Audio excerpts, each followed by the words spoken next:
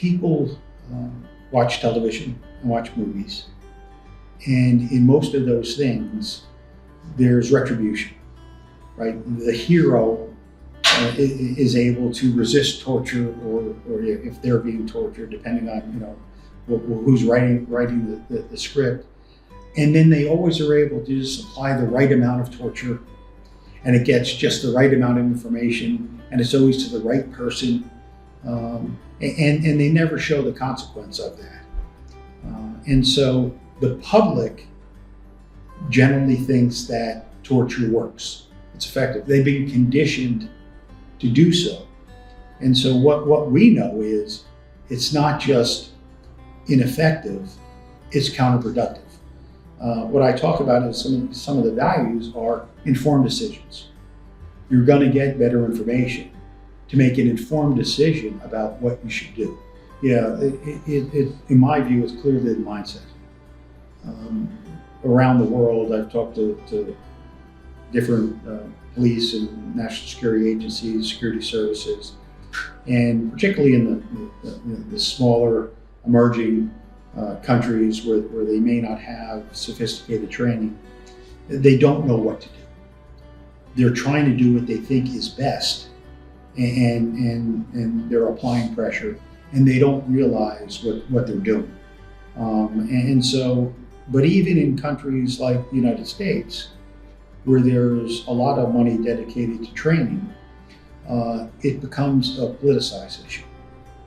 And so I do a lot of work with the Innocence Project, and I go around and I give talks to different state legislatures trying to enact legislation to prohibit abusive practices, to ensure that we look at three things: record your interviews, ban the false evidence ploy and deceptive police practices, interviews, interrogations, and evolve to science-based methods.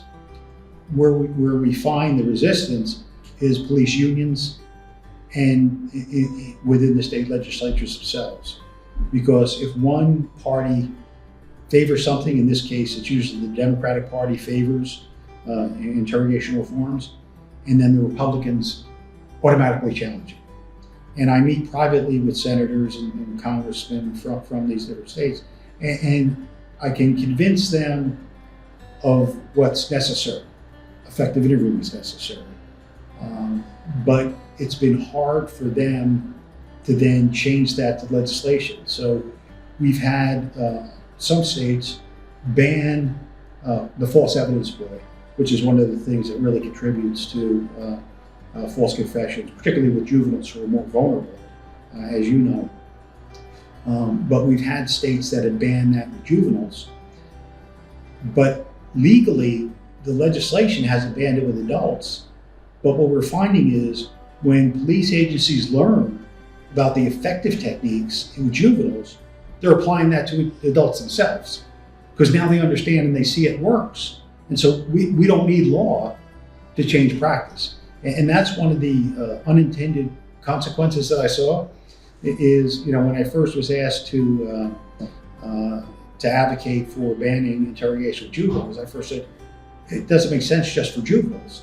And the Innocence Project convinced me to help, because they said, if we can just save some lives, it's worth it. I said, you're right. And so when a state legislator passes it for banning false evidence ploy of juveniles, we say that's a good first step. One of the things now I'm going to talk about in my talk is we need to do a better job getting visibility, particularly with the media. We meet a lot together, and we all agree of what's needed, but I don't think that translates to the general public. And until we shift that mindset, you're still going to have resistance, because they're conditioned to not think it works. They've been misinformed and uninformed. So if we can get the word out, like you're doing here with this video, trying to ensure that the public is more aware, then we can get some momentum. But I think engaging the media and trying to change the narrative is essential. Years ago, when I was doing work with Human Rights First, we looked at the torture issue back then, And they asked me to do a content analysis and help them design a strategy of how to, try to get torture prevented in the United States. I worked on trying to get the torture report released, and then trying to get the McCain-Feinstein torture legislation codified, because President Obama, by executive order, banned torture, but it wasn't legislative. And so we did that. But one of the things that we looked at was the media, whenever they mentioned torture, said, what human rights advocates call torture? They never called it torture. So we met with journalists from the New York Times and Washington Post and Wall Street Journal in the conference rooms like this in Human Rights First. And we brought in people from NCIS and the FBI and the CIA and the Defense Intelligence Agency. And we said, we call it torture. And so the executive head of the New York Times publicly went in his paper and said, we will now start calling torture torture. But that's what we need to do. We need to change the narrative so people don't think coercive methods are effective. We need to make them understand that particularly torture is an act of cowardice.